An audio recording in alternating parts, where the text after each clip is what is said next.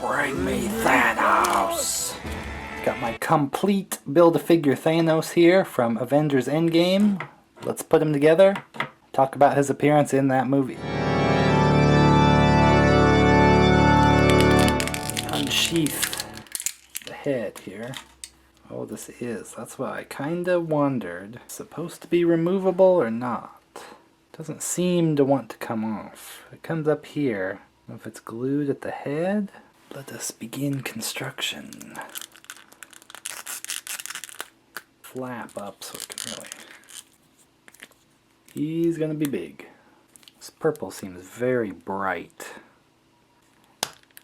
Once I have all the pieces combined, I can simply snap my fingers and add him to my collection.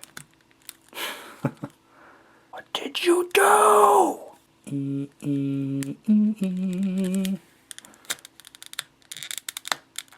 Oh, yeah. We have our full Thanos built. He is huge. Him coming with his weapon. It's definitely needed. He's got his full armor. You could use this as Thanos for Guardians of the Galaxy when he's sitting there ordering Ronan and Nebula around. But it's really for Endgame since he comes with his big weapon. I don't know what this thing's made of, but it's chopping through vibranium, so it ain't a joke. So all the armor looks awesome. Got a metallic gold. There's no paint apps on the weapon or anything, but I don't remember it being any spectacular colors or anything in the movie.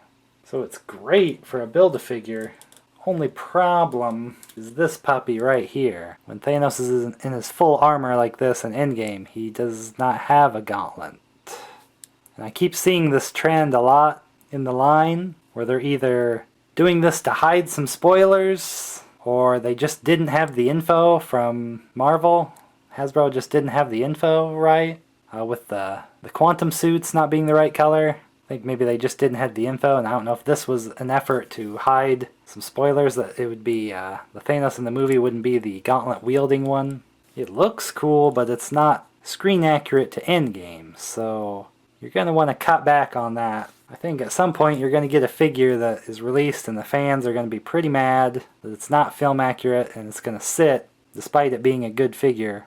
You don't want to wait and learn the lesson the hard way. I'd cut back on this. Get the info. Don't rush to get a figure out if you don't have the info. Just my recommendation, because this kind of ruins the figure a little bit for me that he has the gauntlet. Looks cool, but it's not accurate for the movie, so it's a little disappointing. Again, I think this helmet is glued on. I think if you wanted to, it would come off, but I don't know what it's going to look like under there. I think it's glued.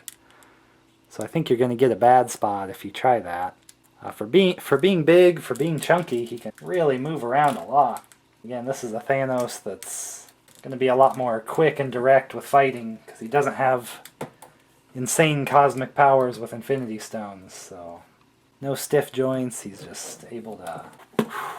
He can hit a big boot in between some slices. I mean, this is a great use of a Build-A-Figure here, just from the size. And use a little lineup of a couple Thanoses. Here's the 3-pack Iron Man and Doctor Strange. I feel like he's thicker than even an armored-wearing Thanos, which is interesting. I think that might actually be accurate just from the time going by and the way they said the kind of younger Thanos was a little more quick on his feet, lighter, faster. Really didn't need to be spectacularly quick or agile once he got one stone and then kept getting more. He was just a big brute using the stones. This looks like it might be the same head underneath the helmet. Same teeth gritting. I don't have the head of the original Build-A-Figure yet. This is all the pieces that I've gotten, so. But you can see the skin tone is more like the 3-pack one and not the original Build-A-Figure. I'd like to get that Captain America, but that is not easy to come by, so just to show. And Spider-Man's a pretty small figure anyway, but just absolutely dwarfed by Thanos. And Thor is no small person either, but definitely smaller than Thanos. So just to compare everybody. So it's definitely the same skin tone as the 3-pack. It's definitely the same skin tone as the 3-pack Thanos. So the heads will be interchangeable like that. Here's the not so teeth gritting crazy look. Definitely goes on there, but it loses all articulation almost. Really loses a neck.